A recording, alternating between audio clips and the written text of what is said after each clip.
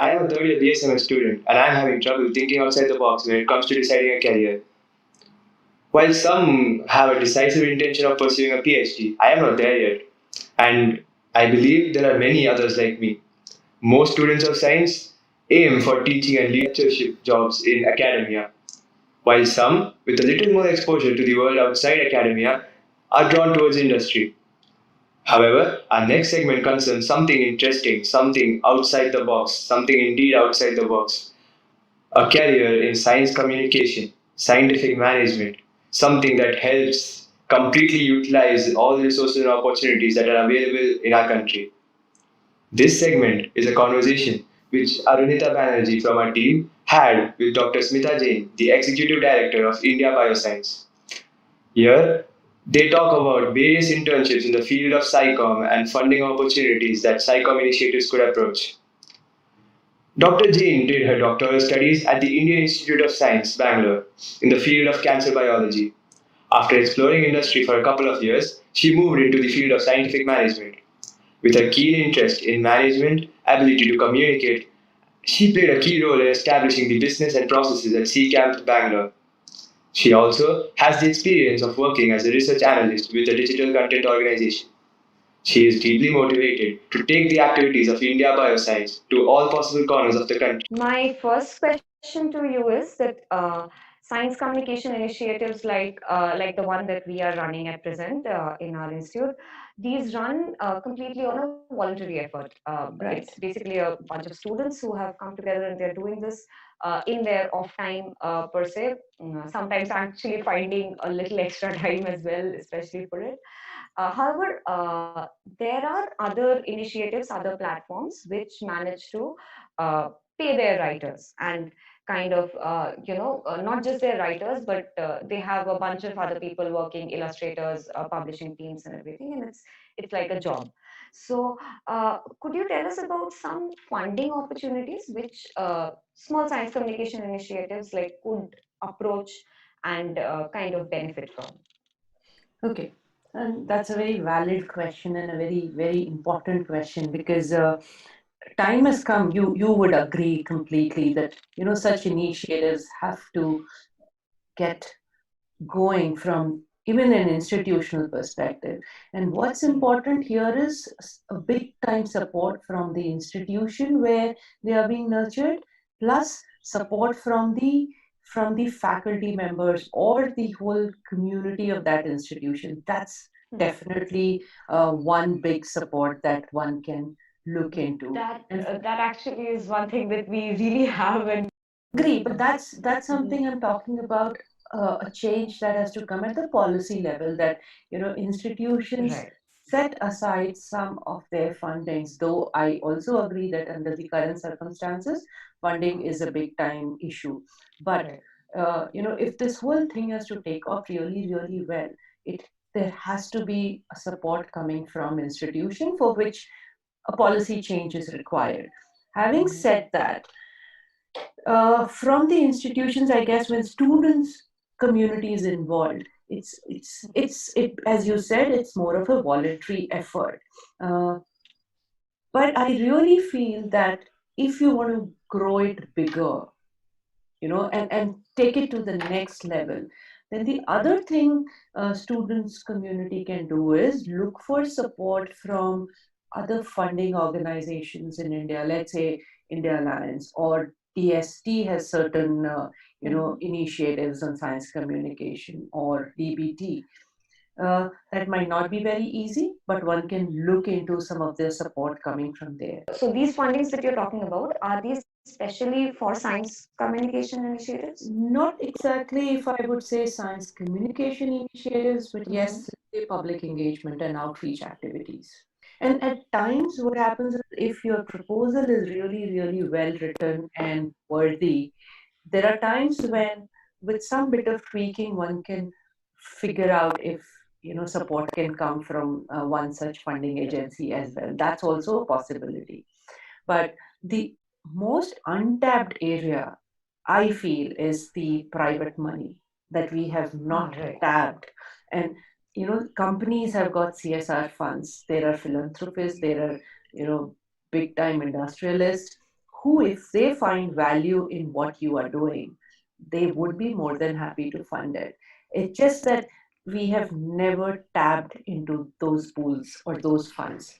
Uh, because having said that, and I don't think an institutional SciComm office would require a very huge chunk of money. Not really. The kind of money that you need to run your activities really well is something one can definitely, reach out to a private source. And So we are not really the institution's SciComm office. We more started like a student-run magazine thing, and we with a lot of support from the institute, we are specifically support in the form of permissions, I would say, that they are kind of really letting us grow and evolve into a thing bigger than a small institute magazine. But yes, a long way to go. no, but I'm sure if an initiative like yours continues to deliver really good stuff, Mhm. the institution management would also find that value. And Right, right. once you put across really well that what your plans are, what the impact is going to be, and how you plan to take it Mhm. forward to the next level, uh, I really do not see a reason why you would not get support. Uh, Exactly. and some of the faculties also in the institutions at times have got their funds where some part of it can be used for outreach activities. So one can also Right. see if that kind of collaboration or partnership can be established. So, moving on to the next thing.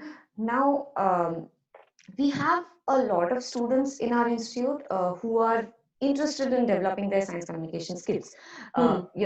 That is how we manage to kind of run this from within the institute, because we have all kinds of people. Like, some are really into writing, some kind of are really into illustrations and art. So if you could tell us about some internship opportunities, some platforms for which they can approach to, like in India especially, where they kind of can work with an editor. Say, like, because Hmm. if I speak from a personal experience, that's how I have Picked learned up. things. Like, when Hmm. I'm working with somebody, and over the last 3 years or so, I've tried a little bit of freelancing here and there. So I've worked with Spurti Raman at Research Matters. Hmm. She's worked on most of my pieces. Sometimes it's been Aarti Halbe. Then for India Bioscience, I did a piece. I worked with Shreya. And it's really helped me grow, and also not just internships, but workshops, which I actually had the opportunity of even attending workshops by India Bioscience. Like, Hmm. there was this Hmm. one in collaboration with the British Council. So Exactly. some opportunities like these, which students can look out for skill development, basically in this direction. Exactly. So I guess that's another very valid point, Runita, that you have touched upon. And as you would know, there's like no glory in, no glory in practice. But without practice, also there is no glory, Exactly. right? Exactly. So Perfectly. one thing is that one has to just practice writing at their own end. Keep practicing, keep writing, even if you keep deleting it, but one has to keep writing on various different things of interest. Maintain your blogs and share with your peers, with your friends, with your colleagues, mentors. And it's also good, as you said, it's also good to have mentors who can help you grow, who can help hone your writing skills. So, and with whom you can talk in a formal or an informal setting. So those I guess my first advice would be that continue practicing, maintain your blog, and have people or mentors who can help you grow. Having said that, India Bioscience also maintains a discussion forum on science communication, and that's a big forum that Shreya, who runs the science communication vertical at India Bioscience, is Yeah. maintaining and has grown. So there are a lot of people, mentors, uh, resources that are there on that forum. So students who are interested can join that forum. I can share the link, learn a lot from each other. And I feel I'm sure there would be other forums as well. Twitter is definitely one where there are a lot of communicators, and there's active discussion that goes on, but a little more formal forum where people can put forth their ideas, put forth their questions, and then talk and get feedback, suggestions. Would be very, very helpful in order to grow. Then there are a couple of workshops. I know the Welcome DBT India Alliance does the science communication workshops at different institutions, uh, and I'm sure they are also now moving it. Would move it to an online version soon. That's one. I know DST has this Afsar program. Actually, the call for Afsar is open right now, so it's kind of Yes. good that you mention it. We'll put the link also in the description of the video. So it's more like, you write a story about one of your published works, and Yeah, but that's when you really weigh where your writing skills are, because writing a published work, a piece of research work versus a more generic, general audience is very different. And that's when you start figuring out what needs to go out, what doesn't need to go out, what words to use, how to avoid jargons, and lots of things. It's really, really important that one participates in any such program that's available. Then I know Euraxis runs a Science Slam program, European organization, but they have this Science Slam that runs in India as well. So that's another way to participate and hone the skill further. Uh, then obviously there are organizations like, let's say, India Bioscience or Confluence or Research Matters or Life of Science, Longer Bay. Uh, and these are organizations, programs who can be approached in order to figure out if you can write for them and work with their editors, who are all wonderful set of people. So you work with them and then grow further. Also, sometimes I feel in the initial stages, there's no harm that the kind of work, let's say, this specific vertical of research that you are really, really passionate about.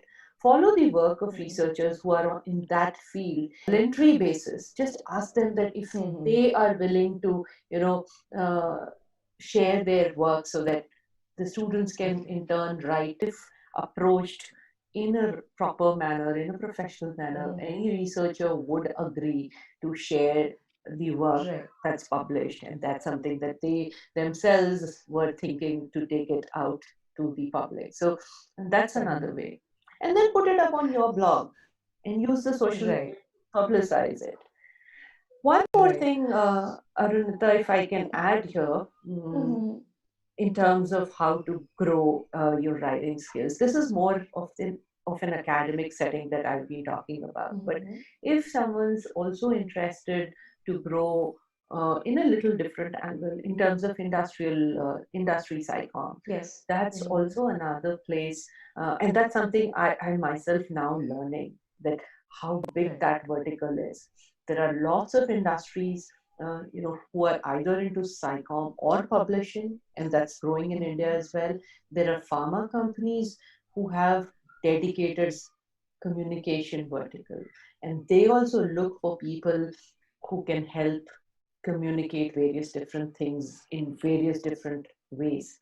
So that's another place one can look into. So this finally brings me to the last question. That is, we kind of are rather a small bunch of amateurs, I would say, who are enthusiastic about science communication and are uh, trying their best to kind of contribute to whatever little level extent we can.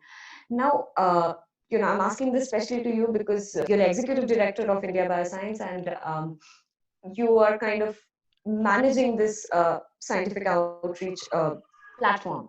So, some words of advice for us, like from your experience, and yeah. That's an interesting question, but a difficult one. So I guess I've been around at India Bioscience for a little more than 4.5 years now, and seen it grow. Mm, But the foundation was already laid before even I came in. But my piece of advice is that if your focus is there, if you're clear what you want to do, and how you want to do. That's also very, very important. Taking even baby steps help. It's not important to just grow overnight. It's not needed because sustaining that overnight growth becomes difficult. What's really, really important is that you have your vision that this is what you want to do.